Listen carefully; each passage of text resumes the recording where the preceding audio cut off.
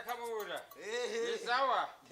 Urakomeye. Yego nukuri. Mbere ndakubwira. Inkuru iraciye amazi. Nanje gutora bya birato byanje. Ibirato? Ibirato byiwawe, kibirato fise nibi byiwawe. Mbiriza kabura ndakubwire. Wewe waraje muhira utora ibirato babanyi bose bambwiye yuko ari we batwaye ibirato byiwanje. Wasanze aho byanikiye? Kumuzi wejo ndabishaka. Kama wanje yo.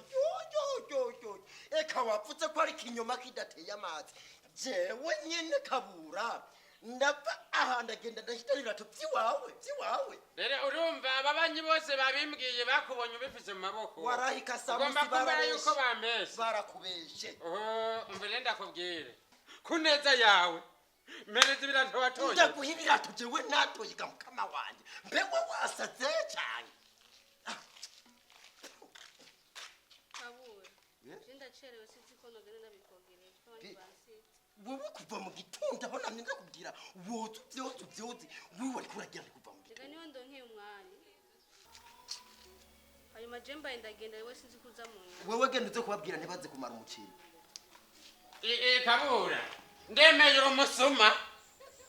Ubu rero wari watekeye urabika wibaza ngo nibyo wawe. Kumbi ivyo nivyo wari wamyari uvuga ko ari ivyiwawe. Je nari niborerewe bana. Namvu mega ariko natambuka amaguru. Mbirize rero kabura ndakubwire.